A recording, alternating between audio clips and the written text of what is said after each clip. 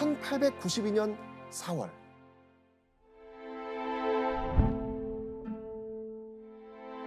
자, 지금의 전라북도 정읍에 해당하는 고부 지역인데요.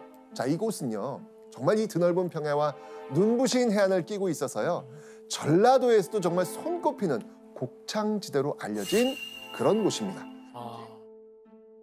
자, 그런데 여기서 자, 이 신임 군수의 취임식이 열립니다. 그의 이름, 바로 조병갑. 조병갑. 물러거라! 신관사또 행차시다!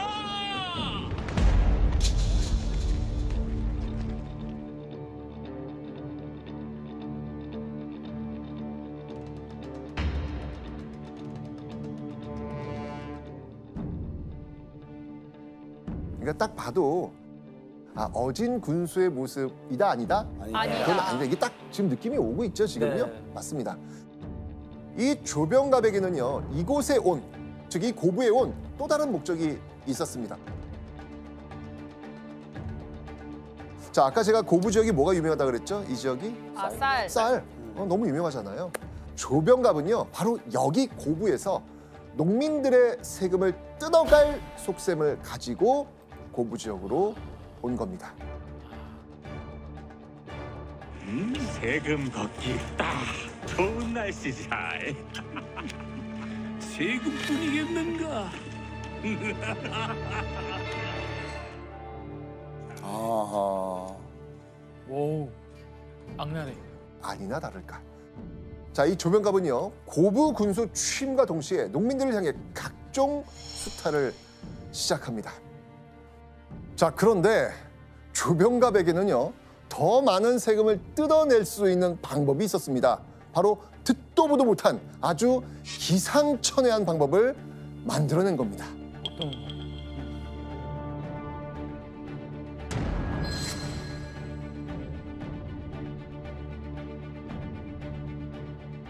부모에게 효도하지 않았다. 불효죄. 세금 내시오. 불효죄예요? 와, 형제간에 화목하지 않았다. 불목죄. 돈을 내시오. 급기야 이 조병갑은요, 백성들에게 이런 돈까지 내라고 합니다. 바로 본인 아버지의 그 업적을 기리는 공적비, 이거 세울 테니까 우리 아빠 공적비 세울 거거든. 이 돈 고부 지역 백성들 좀 내봐. 와. 너무하네요. 효자인 것처럼 되게. 황당한 거죠, 이게. 그죠? 자, 그런데 조병갑이 아주 황당한 일을 계속해서 벌여나갑니다. 바로 이걸 설치하겠다고 나선 겁니다. 대체 뭐였을지 한번 확인해 보도록 하시죠. 만석보. 만석보? 만석보. 네. 보라고 하는 거는요, 물을 모으기 위해서 하천이나 골짜기를 막아 만든 저수지를 말합니다. 근데 농민들이 조병갑이 만석보 짓는다고 하니까 황당해해요. 이유가 뭐냐면 이미 이곳 고부에는요, 만석보와 같은 저수지가 있어요. 네, 이미 있습니다. 아니, 마을에 이미 저수지가 있는데 조병갑은 대체 왜 이런 황당한 짓을 또 했을까요? 그걸 빌면 또 세금 거들려고 하는 거예요. 그걸 물 가지고. 맞습니다. 조병갑은요, 만석보를 짓고 저수지를 이용하는 물세를 2배로 거두려고 했던 겁니다.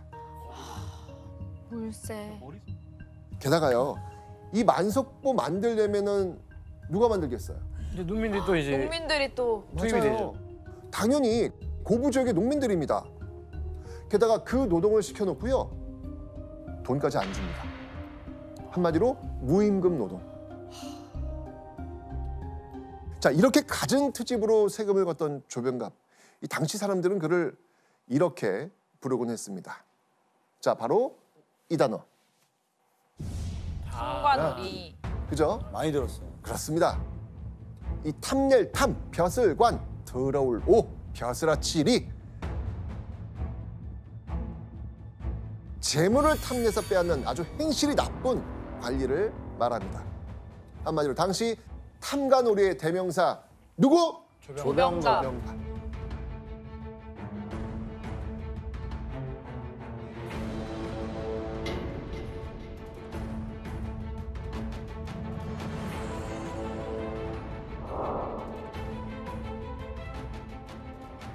이런 상황에서 핍박받던 조선의 농민들에게 하나의 그 희망을 제시했던 종교.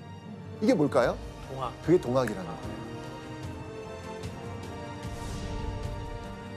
새로운 세상을 정말 간절히 바랬던 농민들. 이들이 믿었던 것이 바로 동학이었던 것이죠.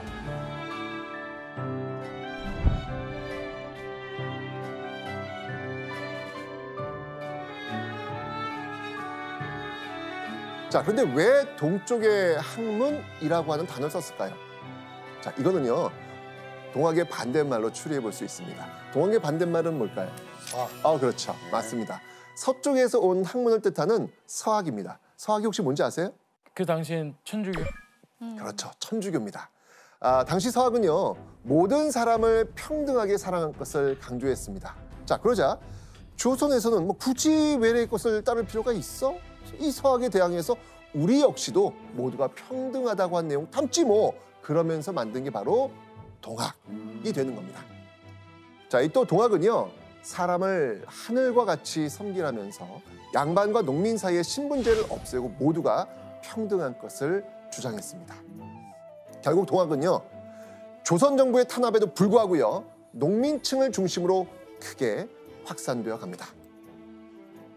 자, 그런데 동학을 믿는 농민들의 가슴에 정말 뜨거운 불을 지피는 사건이 일어납니다.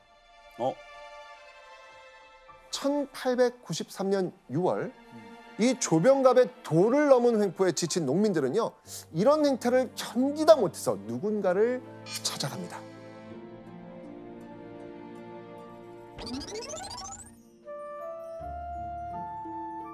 바로 고부 마을의 몰락한 양반 전창혁이라는 사람입니다.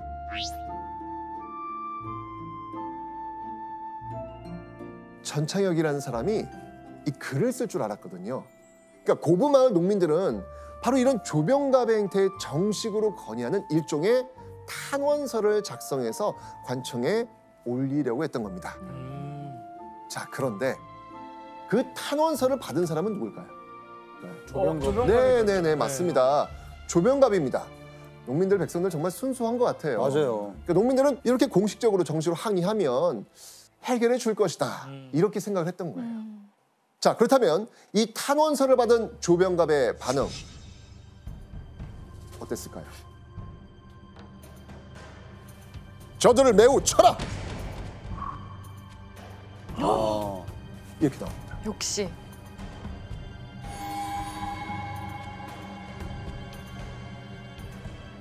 자, 이렇게 항의하는 농민들을 무자비하게 때린 겁니다.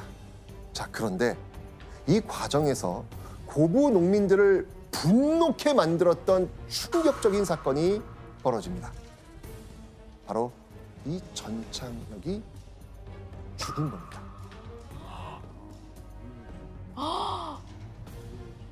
곤장을 맞고 후유증으로 끙끙 앓다가 죽어버린 겁니다. 그래. 자, 그런데 이 소식을 듣고 너무나도 분노한 한 남자가 있었습니다. 과연 그 사람은 누구였을까요? 자, 그의 이름 한번 보겠습니다. 나오죠, 이제? 바로 전봉준.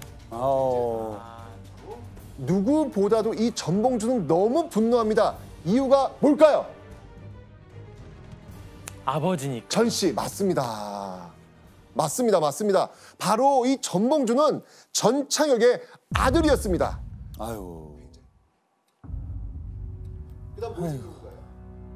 아버지의 이런 허망한 죽음을 맞은 전봉준. 자, 그는 과연 어떤 인물이었을까요?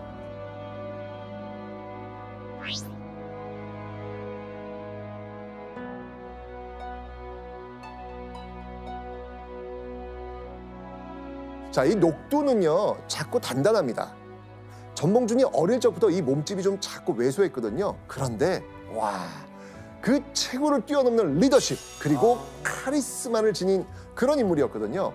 그래서 훗날 사람들은 그를 녹두 장군. 약간 작은 거인 막 이런 느낌. 아유, 좋네요. 좋은 표현이네요. 딱 들어옵니다. 자, 그리고 이 전봉준은요 평소에 동학을 믿으면서 세상을 바꿀 수 있다고 믿었던 인물이죠.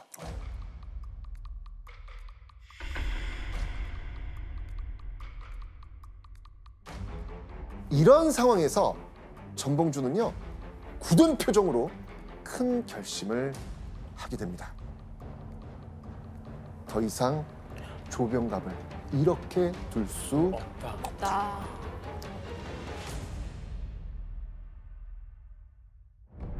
자, 그 후 몇 개월이 흐른 1893년 11월 고부 마을에는요 이상한 분위기가 감지가 됩니다. 거리를 걷던 사람들이 갑자기 주변을 살피더니 어느 한 집으로 몰래 들어갑니다. 자, 그리고 그 방 안에는요 전봉준을 비롯해서 수십여 명의 사람이 함께 있었습니다.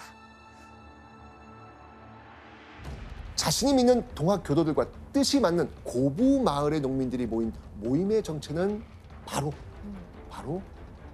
탐관오리 조병갑을 처단하려는 그 거사를 결의하는 모임이었습니다. 드디어 이제. 네. 자, 그런데 혹시나 이 일이 발각되면 당시 고부를 장악하고 있었던 조병갑에게 또 맞아 죽을지도 모르는 그런 상황이잖아요. 맞죠. 자, 바로 그때 전봉준이요 아주 특별한 것을 그들 앞에서 꺼냅니다. 사발 통문은요 이 사발을 엎어서 그린 원을 중심으로 참가자의 이름을 둘러가며 적은 종이입니다. 자, 잘 보시면 알겠지만 여기 지금 보이네요. 전봉준.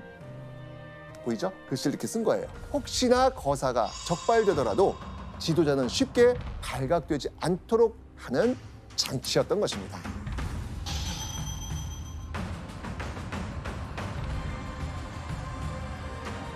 고부성을 격파하고 군수 조병갑을 효소한다.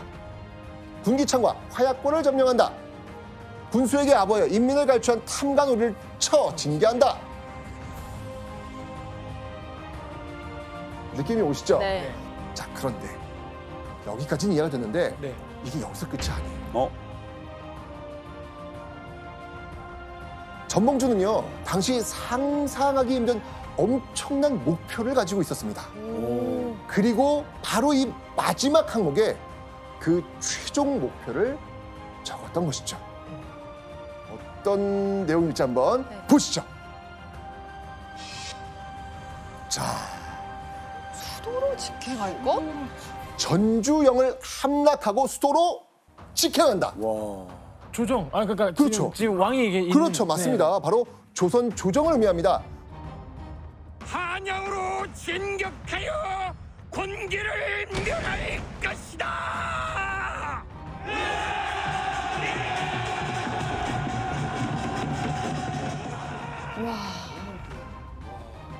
교수님, 그 조병갑을 처단하는 게 목표인데 수도 한양까지 가는 이유가 혹시 뭔지 알 수 있을까요?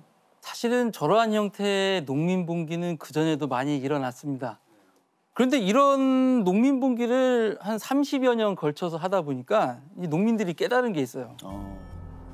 중앙정치 단위에서 문제가 해결되지 않으면은 자기 자신들의 이제 문제가 해결이 되지 않는다. 결국에는 탐관 오리 및 각종 양반 몰입배들을 처단하기 위해서는 결국 서울로 가야 한다. 그런 방식의 생각을 했던 것이죠. 그렇죠.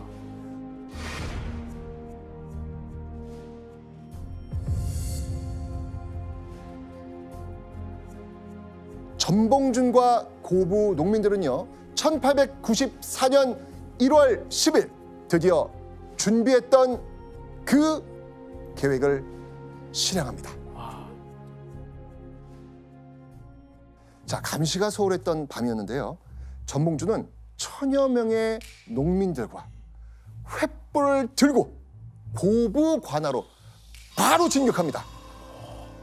자, 그 분노의 현장 어떤지 영상 한번 보시죠.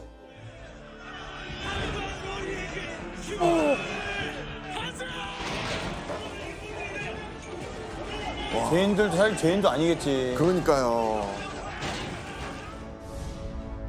고부, 농민, 봉기. 자, 이건요.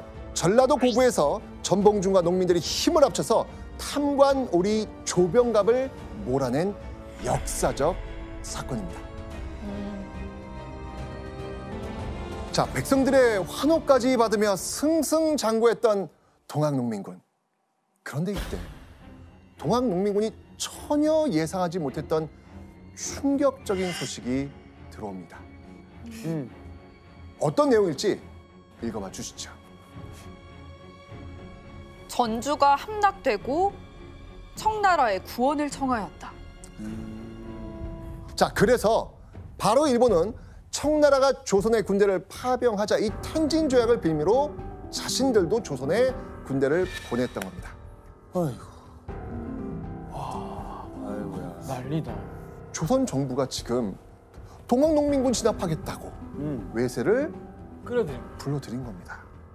이 소식을 들은 전봉준과 동학농민군의 마음은 과연 어땠을까요? 우리가 원한 건 이건 아닌데 했을 것 같은데. 그렇죠. 굉장히 난감해지는 상황이 벌어진 거죠. 자, 전봉준은요. 결국 이때 모두가 깜짝 놀랄 만한 큰 결단을 내립니다. 바로 동학농민군을 자진 해산하기로 한 겁니다. 백성을 위해 제대로 된 나라를 만들겠다면서 모였던 동학농민군이었는데 이 상황이 벌어지면서 외국 군대가 들어온 거잖아요. 전봉준은 절대 이런 상황을 원하진 않았습니다. 자체 내에서 해결을 볼 생각이었지 이게 일이 복잡해지는 상황을 원치는 않았던 거예요. 그래서 전봉준과 동학농민군은요. 조선 관군에게 먼저 자신들의 요구를 들어준다면 우리 해산하겠다 라는 의사를 밝힌 거죠.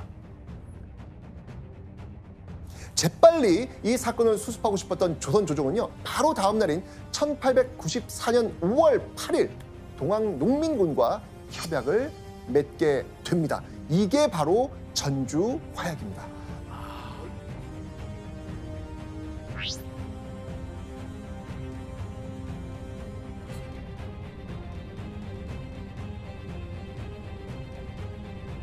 화약이 성사되었습니다. 자, 그렇다면 과연 이들이 요구한 조건 뭐였을까요?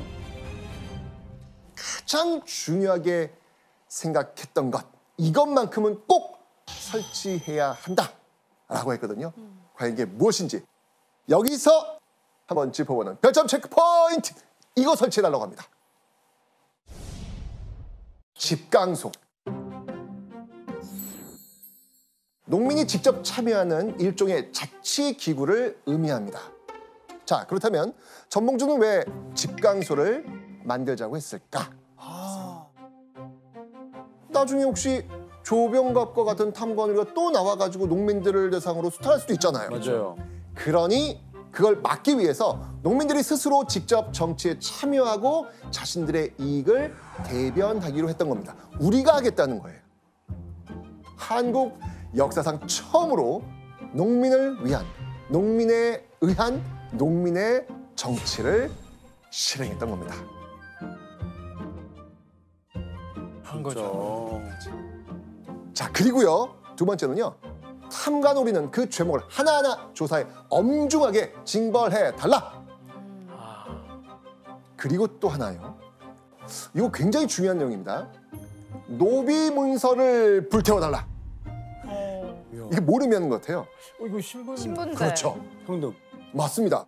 신분제를 철폐해 달라라는 이 동학의 뜻을 전한 겁니다. 이 전봉준의 귀에 너무나도 충격적이고 정말 황당한 소식이 들어옵니다. 아하. 또 뭐야? 또. 1894년 6월 21일 일본군이 네. 경복궁을 점령해버립니다.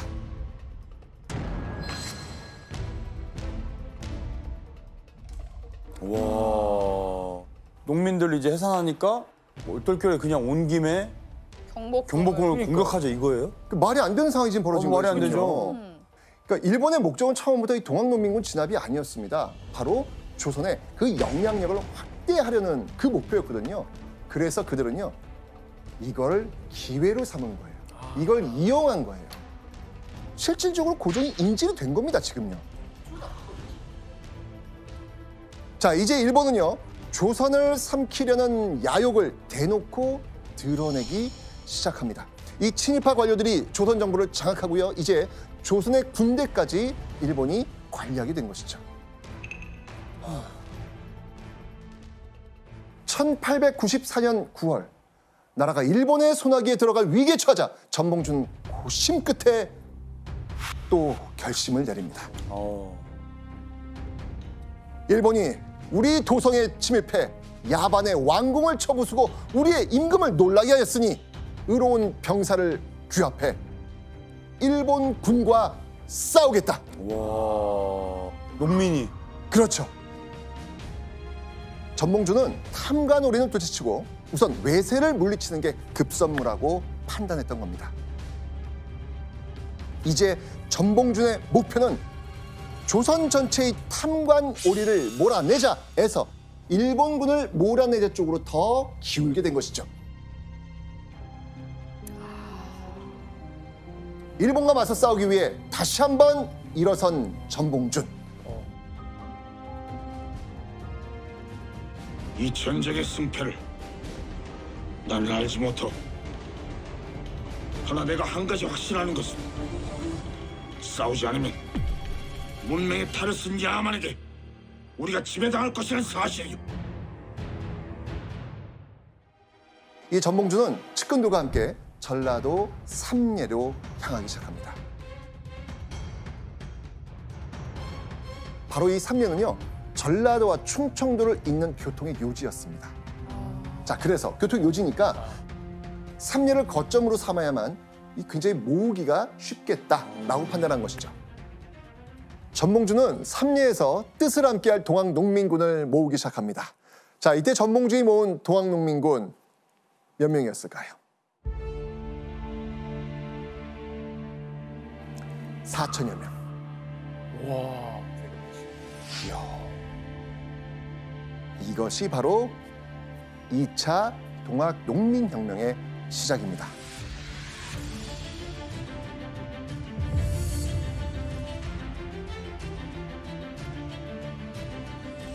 전봉준과 동학농민군은 삼례를 떠나 한양으로 향합니다. 바로 그 한양, 경복궁을 점령한 누구? 일본. 맞습니다. 그 일본을 몰아내기 위해서였죠.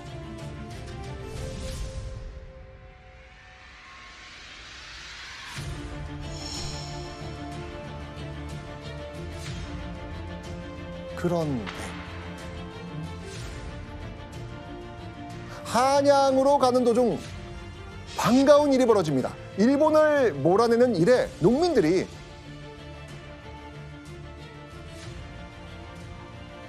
저도 가겠습니다.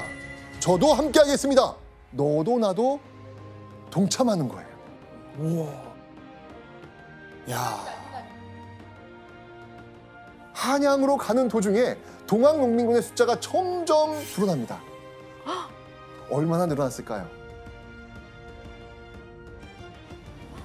4만 명까지. 4만 명? 와, 4만 4만 명? 명이요? 4만 명? 와. 기록에 의하면요, 계속 늘어납니다. 계속. 농민군의 세력은 산과 들을 덮어 수를 헤아릴 수 없을 지경이었다. 어마어마한 거죠. 그런데 일본군과 싸우던 동학농민군이 하나, 둘, 셋 계속 쓰러지기 시작합니다. 쓰러지고 또 쓰러지고 그러면서 동학농민군의 시신이 쌓여가기 시작합니다. 도대체 무슨 일이 벌어진 걸까요? 다름 아닌 일본군의 무기, 총 때문이었습니다. 이거 뭐 보이지 않는 막 사방에서 막 수없이 날아오는 그 일본군의 그 총알, 이 총알 때문에 동학농민군이 대응을 지금 못하고 있는 거예요. 그냥 픽픽픽픽 쓰러지고 있는 이런 상황이 지금 벌어지고 있는 겁니다. 이바다 교수님, 그 당시 일본의 그 화력이 얼마나 좀 대단했나요? 농민군은 구식 조총입니다. 이 조총이란 거는 탄환하고 화약을 따로따로 집어넣어가지고 불을 붙여가지고 발사를 시키는 장치예요. 오래 걸리네요. 반면에 일본군이 사용한 소총은 지금 현재 운용하고 있는 소총하고 격발 방식이 같습니다. 너무 차이 나는데요?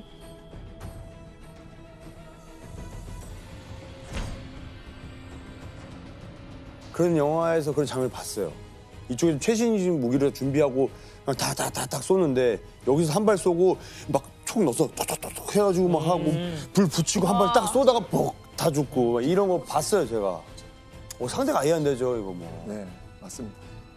긴 사거리 그리고 빠른 장전 속도. 당시 일본군의 무기는 동학농민군으로서는 상상도 할 수 없는 엄청난 무기였던 것입니다. 결국 이 전투는 전봉준과 동학농민군의 대패였습니다. 대패.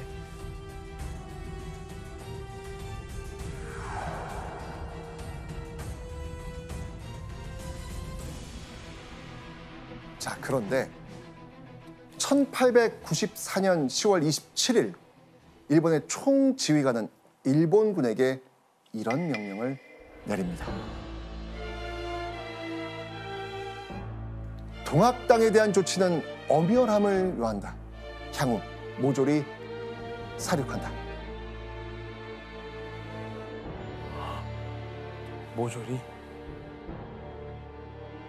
한마디로 일본군의 반기를 든 조선 땅에 있는 이 동학농민군을 찾아내서 학살하기 시작했던 것이죠.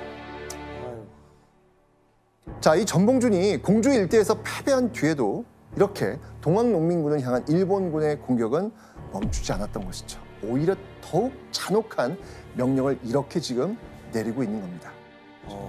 자, 이런 어떤 상황이 지금 계속 이어지고 있으니 네. 한 발짝도 뒤로 물러설 수가 없는 거예요. 여기서 물러서면 어떻게 될까요? 다 끝나는 네, 거죠. 죽는 거예요. 모든 게 다 끝나는 거죠. 맞습니다, 그렇죠. 지금. 물러서면. 전봉준은 다시 한번 동학농민군을 또 소집합니다.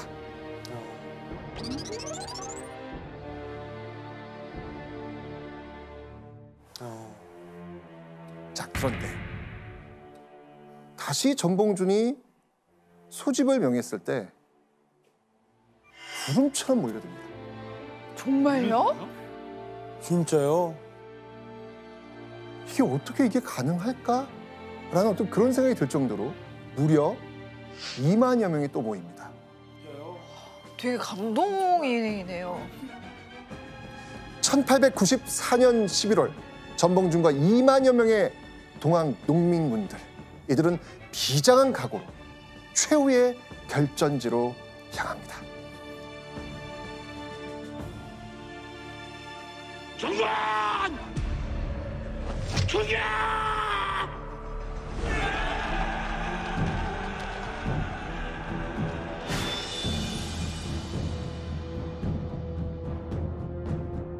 (1894년 11월 9일) 공주 우금치에서 동학농민혁명 역사상 가장 치열한 전투가 시작됩니다.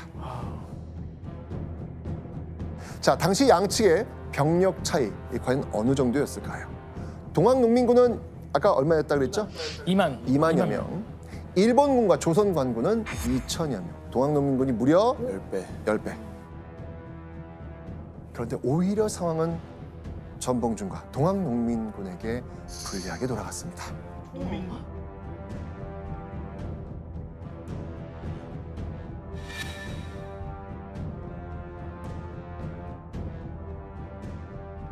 왜 불리했을까? 바로 지형 지형 때문이었어요. 일본군이 이미 동학농민군이 쳐들어올 것을 알고 우금치 고개의 높은 지대를 장악하고 있었던 것이죠.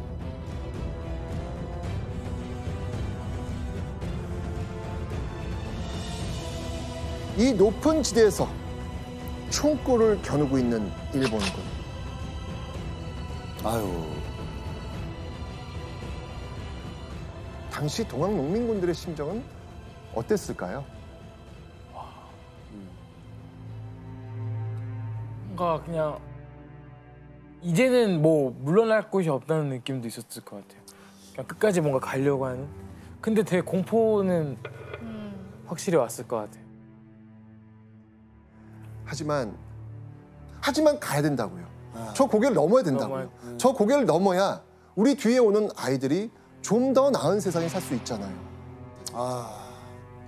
그러니 그거라도 전봉준과 동학농민군은 도망가지 않았습니다. 죽을 걸 알면서도 총구를 향해 죽게 살기로 올라갑니다.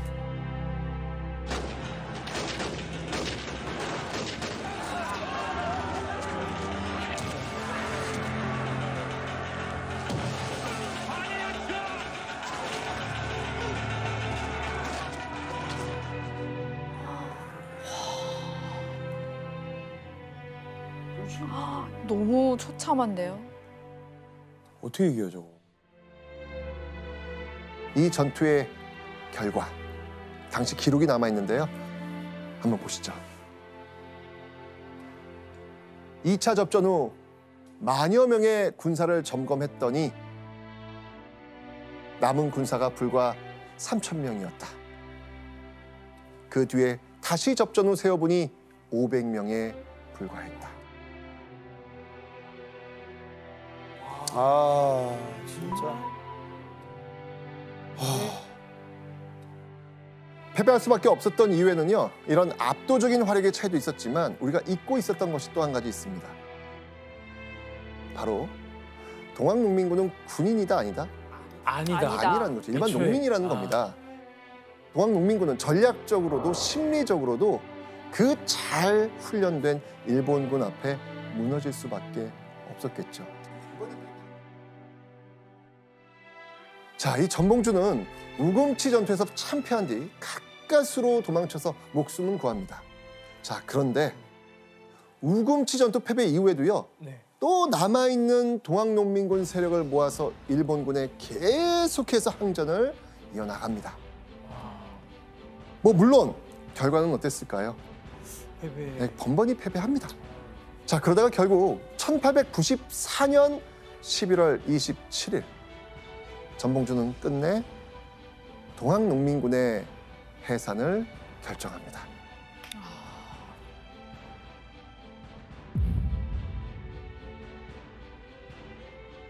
자, 그런데 이 동학농민군이 해산됐다고 해서 일본이 이 전봉준을 가만히 뒀겠습니까? 안 두죠. 왜냐면 다시 뭔가 일으킬 수 있는 사람이라고 여지가 판단을 여지가 있고. 당연하죠. 자, 전봉준은 현상금이 걸립니다.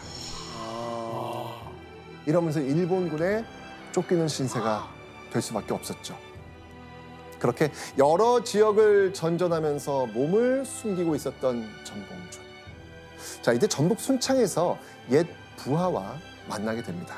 그리고 이 옛 부하의 제안으로 한 민가에 머무르고 있었죠. 그런데 전봉준이 은신하고 있던 집에 갑자기 관군이 들이닥칩니다. 알고 보니까 아까 그 옛 부하. 네. 얘 부하가 그 얘기한 거예요. 맞아요. 야. 현상금 때문에? 현상금? 네. 현상금 걸려. 있어. 전봉준을 숨겨준 이 옛 부하가 관아의 그를 밀고 했던 것입니다. 1894년 12월 전봉준은 배신당한 채 결국 체포됩니다.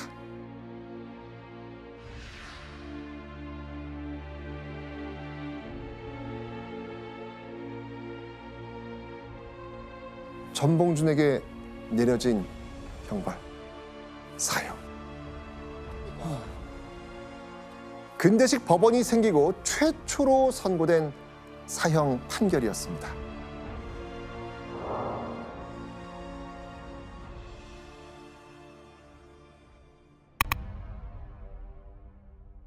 자, 1868년 10월 12일 평양. 당시는 이 고종이 재위 중이었던 조선 말기였습니다. 한 집에서요, 아주 우렁찬 아이의 울음소리가 들려옵니다. 그 아이의 울음소리는 누구의 울음소리? 홍범도. 그렇죠. 예측되시죠? 네. 네, 바로 홍범도가 태어난 건데요. 그런데요, 이 홍범도는 태어나자마자 평범하지 않은 순간을 맞닥뜨려야 했습니다. 자, 도대체 홍범도의 출생 이후에 무슨 일이 있었던 것일까요? 모친은 7일 만에 죽고 아버지 품에서 여러분의 유즙을 얻어먹고 자랐다. 도현 씨 이게 무슨 말인지 알겠어요? 그 옛날 말로 뭐 젖동량? 아이고. 그런 데서 얻어먹고 한 건지. 맞습니다. 홍범도가 태어난 지 7일 만에 어머니가 출산 후유증으로 돌아가십니다. 이 때문에 그 홍범도의 이 아버지는요, 아직 갓난아기였던 이 홍범도를 품에 안고 이 집 저 집 아이가 있는 어머니를 찾아다니면서 젖동량으로 홍범도를 키웠던 겁니다. 자, 게다가요, 당시 홍범도의 아버지, 그 아버지 직업은 뭐였냐면 머슴이었어요. 머슴. 예, 머슴. 남의 집에서 머슴 생활하면서 어렵게 생계를 유지하고 있었습니다. 그러다가 홍범도가 9살이 되던 해, 정말 하늘이 무심하게도 아버지마저도 그 9살 때 돌아가시게 됩니다. 아이고. 자, 이 혈혈단신이 되었던 이 홍범도는요, 결국 아버지와 마찬가지로 머슴살이를 하면서 스스로의 생계를 책임지게 되었던 것이죠. 자, 그런데 이 어린 시절부터 이 평탄치 않았던 이 홍범도의 삶에 한 줄기 희망과도 같았던 소식이 들려옵니다. 평양 관청에서 네.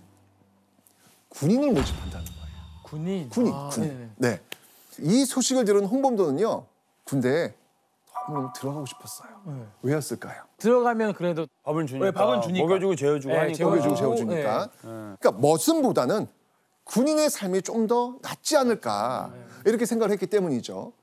자, 그런데 꿈에 부풀어 있던 이 홍범도를 딱 가로막는 장벽이 하나 있었어요. 딱 가로막던 장벽, 뭘 것 같아요? 그 몸 테스트? 몸 테스트, 바디 체크. 바디 체크? 저는 약간 신분 체크. 신분 체크. 네. 저는 나이. 나이가 너무 어려서? 나이 어려서. 정답. 역시.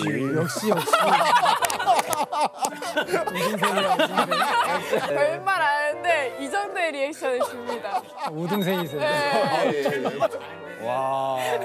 진짜 맞습니다. 나이가 어려서. 네, 나이였습니다. 딱 2살이 모자랐던 거예요. 아이고야. 2살. 어떡하지? 좌절. 그렇죠. 좌절할 거 아니에요. 그런데 이 홍범도는 포기하지 않습니다. 홍범도는요, 결심합니다. 나이를 속이기로 결심을 한 거죠. 그러니까 나이를 2살 올려가지고요, 키웠고 이 평양 소속의 조선 군대에 드디어 들어갑니다. 들어가네. 진짜 뭐 애국심이라든지 뭐 희생정신 이런 거 아니었고요. 그냥 더 나은 환경에서 생계를 이어가기 위함이었죠. 자, 이 새로운 삶을 기대하며 입대했던 홍범도, 과연 그의 군대 생활 어땠을까요? 엄청 열정을 가지고 들어갔기 때문에 네. 누구보다 잘했을 것 같은 생각이 들어요. 맞습니다. 홍범도는요, 딱 군대 체질. 이 남다른 신체 조건, 그다음에 발군의 사격술. 자, 정말 이래서 이 군대에 잘 적응하는 듯했던 이 홍범도. 그런데 그가요, 군 생활에 회의감을 느끼게 되는 그런 결정적 계기가 발생하게 됩니다. 회의감? 그 이유는 바로 걸핏하면 이 병사들을 구타하는 이 장교들의 가혹행위였습니다.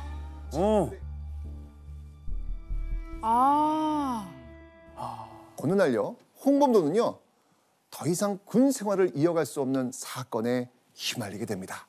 과연 무슨 일이었을까요? 사건의 힘을요? 네. 자, 이 홍범도는요, 병사들을 괴롭히던 장교를 때려 눕히고 맙니다. 맞네, 맞네. 자, 그런데 당시에는 이 하극상이 더 큰 문제가 될 수밖에 없었던 이유가 있었습니다. 양반. 그렇죠. 머슴 출신 홍범도가 양반 장교를 때려 눕혔다? 군대에 있으면요, 아주 무거운 중형으로 이 처벌을 받을 게 아주 뻔한 그런 상황이었습니다. 홍범도 어떻게 했을까요? 이제 그 탈영이죠. 탈영, 탈출. 음. 맞습니다. 홍범도는요, 약 4년간의 군인 생활을 뒤로 하고요, 도망칠 수밖에 없었습니다. 자, 이렇게 군대를 떠나가지고 의지할 곳 없는 홍범도가 다음으로 향한 곳은 바로 종이를 만드는 제지소였습니다. 제지소. 네, 제지소. 자, 이렇게 이제 홍범도는요, 제지소 노동자로 새로운 삶을 살게 됩니다. 그런데 3년이 지난 후 홍범도가 22살이 되던 해, 이 제지소가 아주 떠들썩해지는 일이 일어납니다. 무슨 일이었을까요? 제지소가 떠들썩한 일? 제지소 상관이 또 괴롭혀가지고 제지소 상관을 또 때렸어요. 때렸어요. 맞습니다. 진짜요? 홍범도가 이번에는요, 제지소 주인을 때려 눕힌 거예요. 이유가 있죠. 이유가 있습니다. 자, 이 군에서 도주한 이 홍범도는요, 정말 말씀 없이 열심히 일했어요. 일했는데 오갈 데 없는 홍범도의 사정을 알고 이 제지소 주인이 그를 막대했던 겁니다. 에이, 그럼 안 되지. 폭언에다가 폭력을 일삼는 건 물론이고요, 임금도 제때 주지 않아요. 에이. 3년 동안 이 계속되는 이 부당한 대우에 결국 폭발했던 겁니다. 아유. 네. 어딘가요? 절? 그렇죠, 그렇죠. 자, 바로 강원도 금강산에 있는 신계사라는 절이었습니다.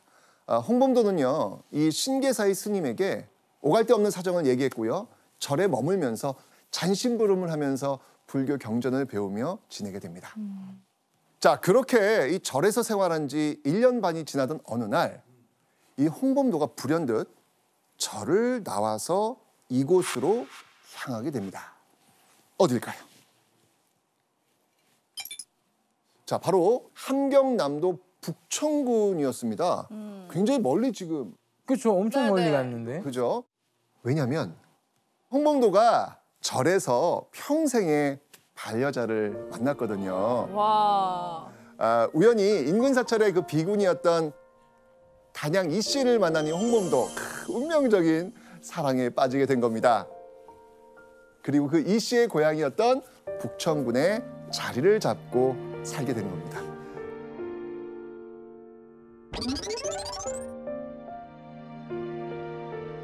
자, 그런데 이 새로운 곳에서 터전을 잡고 살아가려면 당연히 또 먹고 살아갈 수 있는 일, 이거 너무 필요하잖아요. 필요하죠. 그래서 가족을 결혼했는데. 꾸려야 되니까. 그렇죠. 자, 이때 홍범도가 선택한 직업은 과연 무엇이었을까요? 정답. 예원 씨? 호랑이 때려잡는 사냥꾼. 맞습니다. 네, 맞습니다. 네. 아까 얘기했던. 이 북천군은요, 바닷가 빼면 사실은 척박한 그 산악지대가 대부분이었습니다. 그래서 곰, 멧돼지, 뭐 표범, 호랑이 뭐 이런 맹수들이 엄청 많이 서식하고 있었거든요. 홍범도는요, 이런 북청에서 총을 들고 사냥에 나서기 시작했던 것이죠. 자, 그렇다면 사냥꾼이 된 홍범도의 실력 어땠을까요? 아유. 본인 또 출신이기도 그렇죠. 하고. 네. 그리고 체격. 맞네. 맞습니다. 사냥꾼은 정말 그야말로 홍범도에게는 딱 맞는 천직이었습니다. 자, 홍범도는요, 북천군 일대의 대표 사냥꾼이 된 겁니다.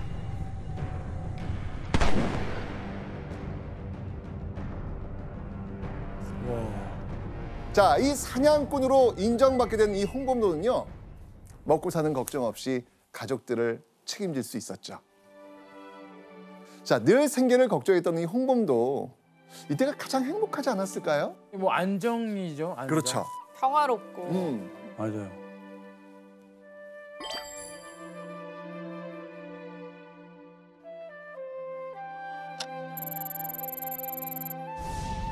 자, 그런데 11월 22일 오후 4시 총소리가 산을 울립니다. 그리고 일본군 2명과 순사 1명이 쓰러지게 되죠. 자, 대체 어떻게 된 일일까요? 바로 이 후치령에 매복해 있던 홍범도와 의병부대가 지나가는 일본군을 향해 사격을 가했던 겁니다. 자, 홍범도는 적을 기습적으로 소탕하는 게릴라 전술을 사용했던 겁니다. 결국 의병부대의 그 공격에 일본군은요 이제 모두 사살된 겁니다. 그리고 이때 홍범도 의병부대가 공격한 사람들은요 바로 이 동료 포스들의 총을 빼앗아가고 있었던 그들이었습니다. 홍범도 의병부대는요 빼앗겼던 총을 그대로 되찾았습니다. 여기에 그친 게 아니죠. 바로 그 일본 군경이 갖고 있었던 그 신식 무기와 장비까지 챙깁니다. 이러면서 무장을 강화한 거죠. 자, 그런데 이렇게 일본군을 처단했다는 그 기쁨도 잠시였죠. 홍범도는요 의병부대의 전열을 가다듬을 수밖에 없었습니다.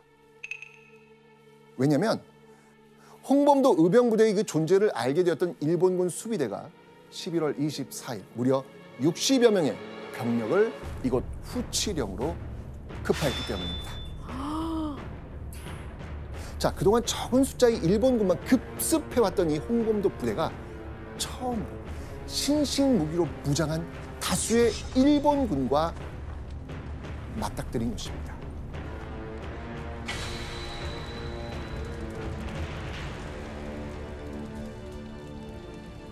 그리고 이어진 3시간의 격전. 그런데 홍범도 의병부대와 싸우던 일본군이 갑자기 이곳 후치령을 벗어나서 달아나기 시작합니다. 어떻게 된 일일까요? 그 이유는 바로 화력은 일본군이 월등했는데요. 산악 지형에서 민첩하게 움직였던 홍범도의 이 산포수 의병부대를 그들은 당해낼 수가 없었던 거예요. 결국 후치령에서 일본군을 몰아낸 홍범도 의병부대 완벽한 승리였습니다.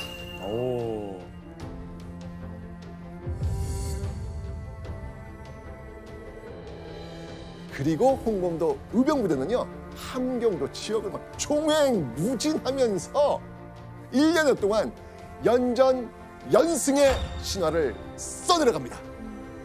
단 한 번도 지지 않은 홍범도의 전적은 60전 60승. 다 이겼어요? 일본군은요 홍범도를 두려워하면서요 이제 그를 이렇게 부릅니다. 나르는 홍범도. 나르는 홍범도. 자, 정말 동해번쩍 서해번쩍하면서 일본군에게 타격을 마구 가했던 이 홍범도를 두려워하면서 붙였던 별명이었습니다.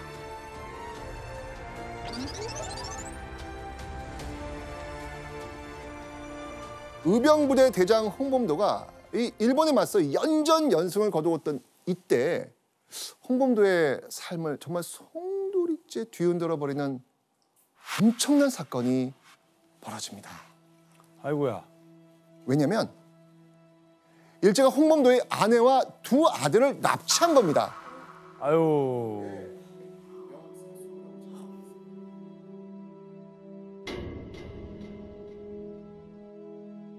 심지어 일제는요 홍범도의 아내에게 홍범도를 회유할 편지를 쓰도록 강요합니다.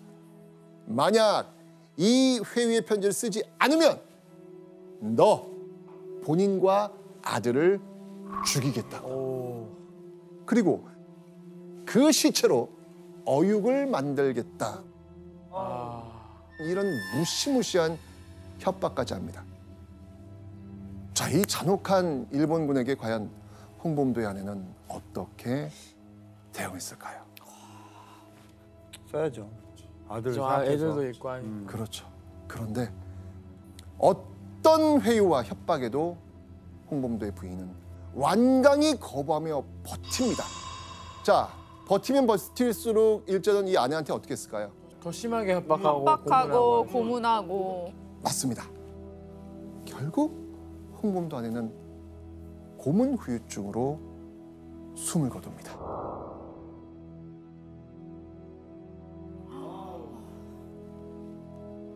아우, 애기들 어떻게 해요? 그런데요, 홍범도를 더욱 분노하게 만드는 일이 또 생깁니다. 일제가요, 이번에는요, 큰아들 홍양순을 내세워서 아버지에게 투항을 권하는 편지를 갖고 가게 한 겁니다. 일제 협박에 결국 아버지를 찾아가게 됩니다. 자, 여기서 문제를 한번 보겠습니다.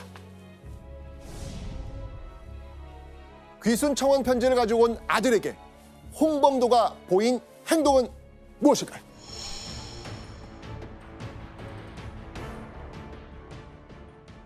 결국 홍양순은요, 이후에 아버지의 뜻을 이어받아서 홍범도와 함께 항일 무장투쟁에 동참합니다. 자, 그런데요, 얼마 후 이런 일이 벌어집니다.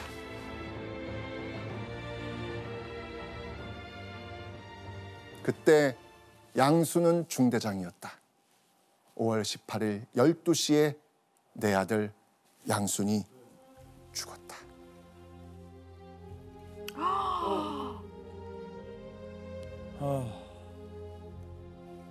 아들 홍양순이 일본군과의 전투에서 목숨을 잃은 겁니다.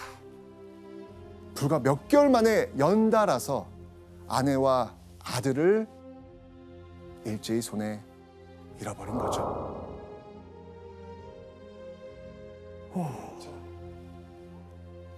교수님, 이 가족의 어떤 이런 죽음 이후에 홍범도는 정말 많이 달라지죠.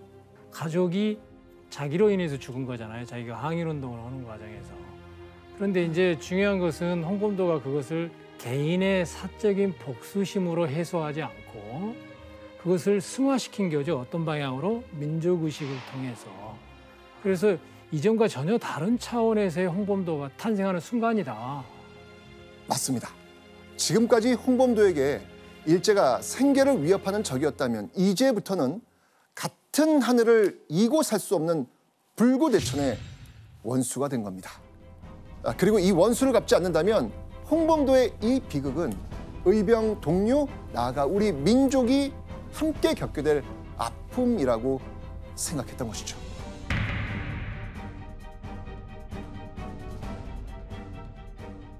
본격적인 독립전쟁을 위해서 300여 명의 대한독립군을 이끌고 이곳에 자리를 잡습니다. 바로 이 간도라는 지역이 있는데요. 그 중에서도 바로 북간도입니다. 북간도. 자, 그런데 왜 하필 북간도였을까요? 바로 뭔가 위니까. 바로 위니까. 그 이유, 당시 이 북간도에는요, 조선인들이 아주 많이 살고 있었습니다.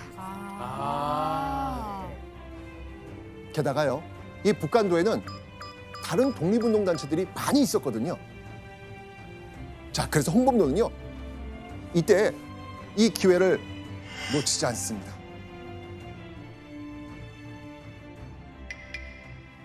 홍범도는 바로 통일된 그 하나의 큰 군대를 만들기 위해서 북간도 지역 내 독립운동단체들의 그 연합을 위해 노력했고요. 결국요, 6개 독립운동단체의 주요 간부들과 서로 협력할 것을 약속합니다.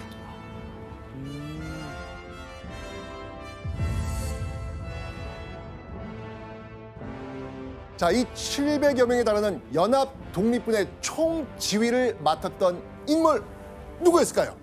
홍범도. 맞습니다. 바로 홍범도였습니다. 마치 이 삿갓을 좀 뒤집어 놓은 모양, 이런 모양 갖고 있거든요. 그래서 일본이나 중국의 눈을 피해서 군대를 모으기 좋은 데다가 외부의 공격을 방어하기 쉬운 정말 최적의 장소였던 것입니다.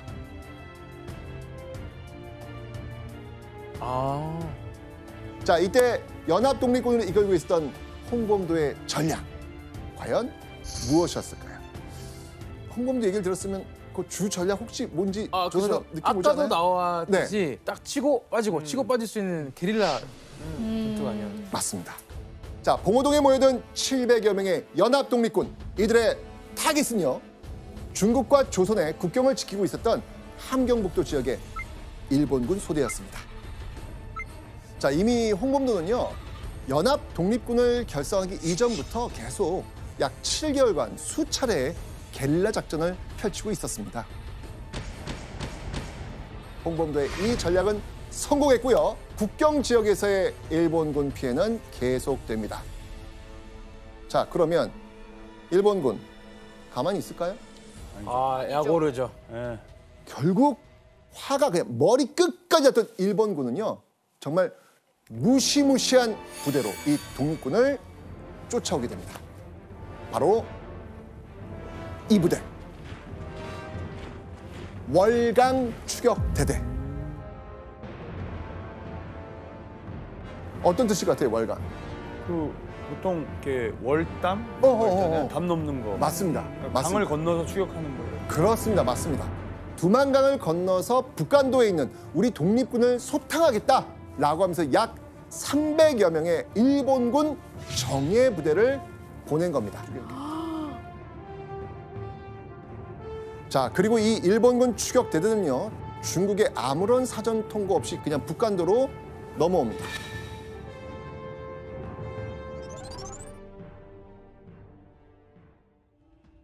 자, 그렇게 1920년 6월 7일 새벽 6시경 봉오동 입구로 진입하는 일본군을 목격한 독립군. 자, 일본군을 보자마자요, 탕탕탕 몇 발의 사격을 시도한 뒤 이 독립군들이 불이 나게 도망을 갑니다. 자, 대체 어떻게 된 일일까요? 일본군의 강력한 무력 앞에 막다른 골짜기로 도망가는 줄만 알았던 독립군. 사실은 일본군을 유인하고 있었던 것이죠.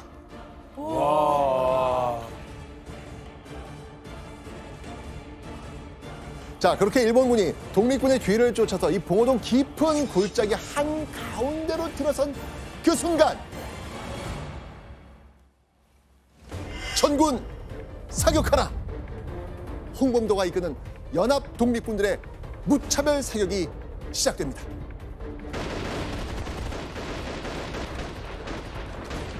정면과 막 오른쪽, 왼쪽 3면에서 총탄이 날아왔거든요. 일본의 월강 추격대대는요, 그때서야 포위됐다는 사실을 알아차리죠. 그러나 때는 이미 늦었습니다. 자, 이 혼비백산한 일본군은요, 가까스로 정신을 차리고 이 기관총을 앞세워서 대응 사격을 합니다. 그런데 도망치려고 이 발버둥치는 일본군의 노력에도요, 그들은 결코 봉오동을 벗어날 수 없었습니다. 계속해서 사격이 이루어지니까.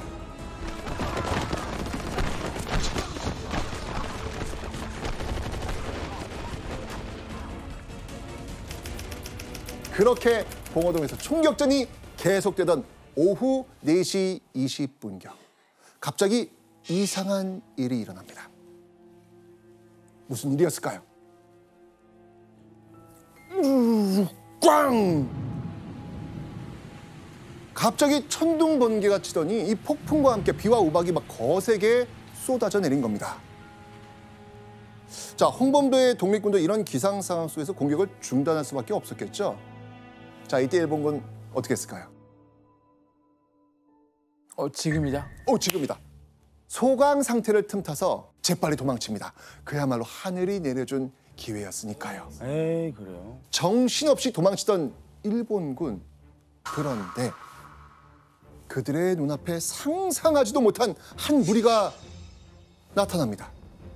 일본군은 이렇게 소리쳤죠. 독립군이다. 독립군이 또 매복해 있다.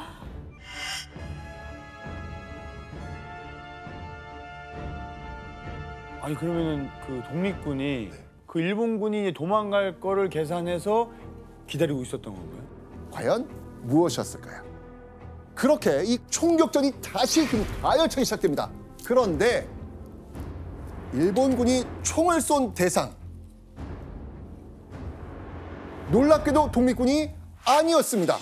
뭐라고요?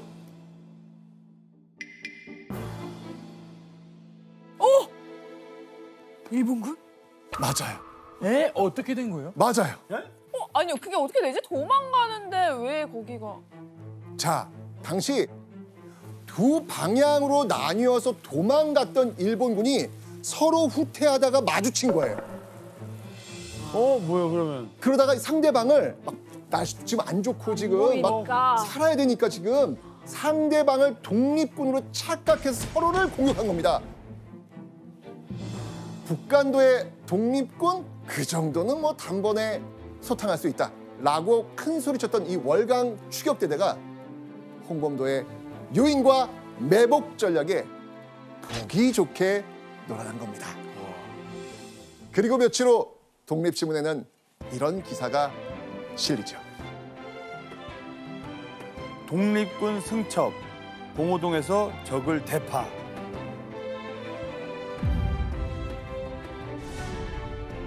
야, 이 독립신문에 봉오동에서 크게 이겼다는 승전보가 국내외 조선인들에게 나눠든 겁니다. 자, 이렇게 홍범도, 그는 명실상부 독립군의 영웅이 된 겁니다.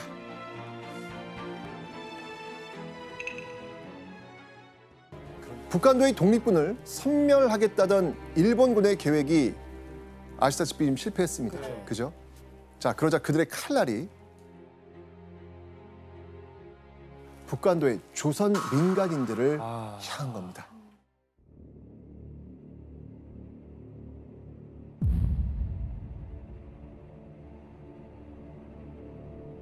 일본군은요, 간도의 이 마을을 포위하고 이 습격한 뒤에 모든 남자들을 한 자리에 모아놓고요, 총과 창으로 학살합니다. 심지어는요, 일본군은 시체가 재가 될 때까지 태워버리죠. 이렇게 두 번 학살당한 시체는 누구 것인지 가릴 방법이 없었습니다. 그래서 간도 참배는 제노사이드입니다.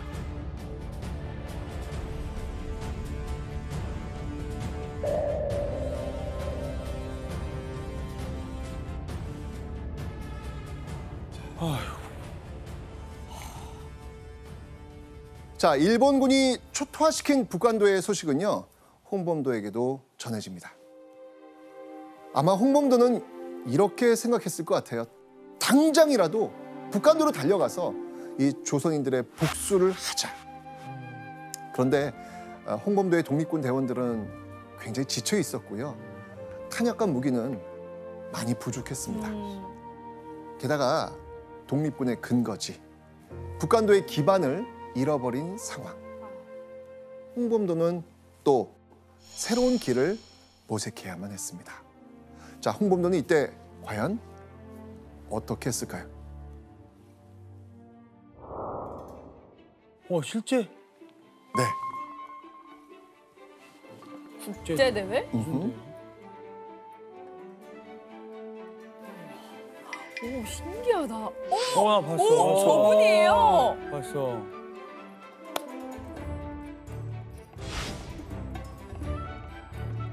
자, 실제 모습 보니까 어떠세요? 진짜 인상이 약간 강인하시다. 그렇죠. 네, 딱 이렇게. 자, 그런데 두 사람의 이 옷차림도 그렇고 또 입김도 좀 그렇고 어때 보여요 지금? 추운 나라 네. 가신 것 굉장히 같아요. 좀 추워 보이죠? 네, 좋아. 이곳은 바로 러시아의 모스크바였습니다.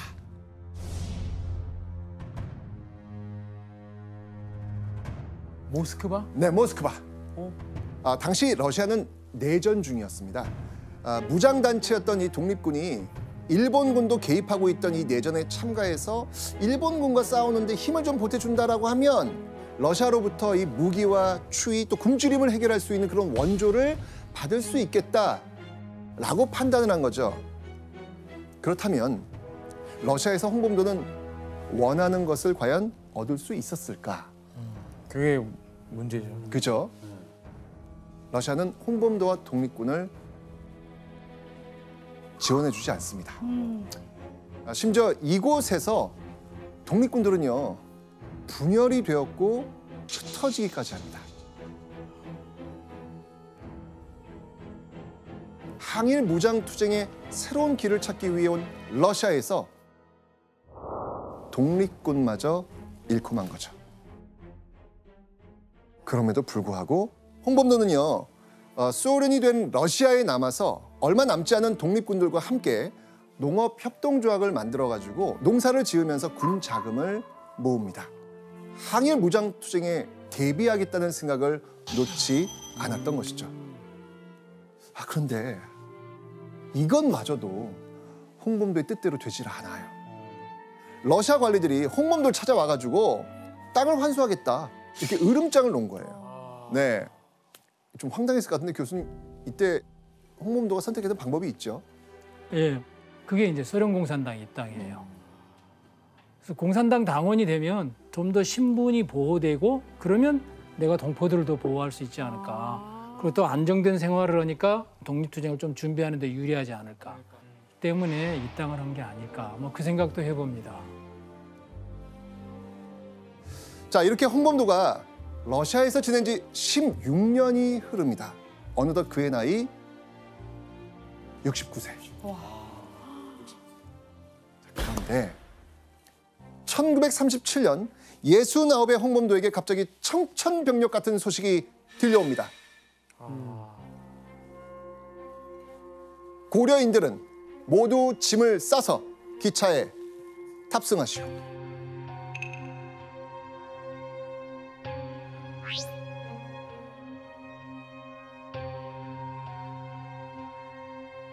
자, 그러니까 러시아에서 살아가는 고려인들에게 다짜고짜 기차를 타고 떠나라는 겁니다. 러시아의 한인 동포들이 강제로 이주당해 했던 그 이유는 바로 일본 사람들과 닮았다는 거예요. 아, 일본 사람들이랑? 네. 왜요? 그 이유는 조선인 중에서 혹시 일본의 첩자가 있을 수 있겠다. 그런 이유로 러시아에서 아주 먼 곳으로 그냥 강제로 보내버렸던 겁니다. 어디로 가는지도 모르는 그 기차에 타야 했던 고려인들은 모두 17만여 명. 17만? 17만여 명. 그런데 그 가운데 누구도 있었을까요? 홍범도도 있었던 것입니다. 자, 그렇게 블라디보스토크에서 출발한 기차는요, 무려 40여일을 달려 이곳에 도착합니다. 우리 처음에 나온 카자흐스탄. 맞습니다. 아. 우리가 처음에 만났던 바로 그 카자흐스탄. 강제 이주를 당한 홍범도, 과연 그 뒤의 삶은 어땠을까요? 6년 후 어느 날 카자흐스탄 고려인 신문에 홍범도의 소식이 실립니다. 이렇게 말이죠. 홍범도 동무를 곡하노라. 홍범도 동무는 여러 달 동안 숙환으로 집에서 신음하시다가 그만 1943년 세상을 떠나셨다.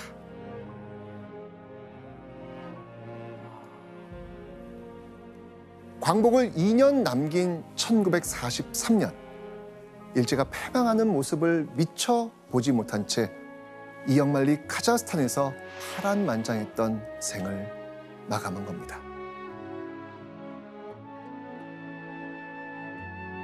이런 홍범도가 죽기 전에 한마디 유언을 남기죠. 내가 죽고 우리나라가 해방된다면 꼭 나를 조국에 데려다 주시오. 그의 염원은 과연 실현되었을까요? 됐으면 좋겠는데. 됐으면 좋겠는데. 그의 모습을 한번 영상으로 보시죠. 맞아. 작년이었어요. 와, 너무 늦게 돌아오셨네.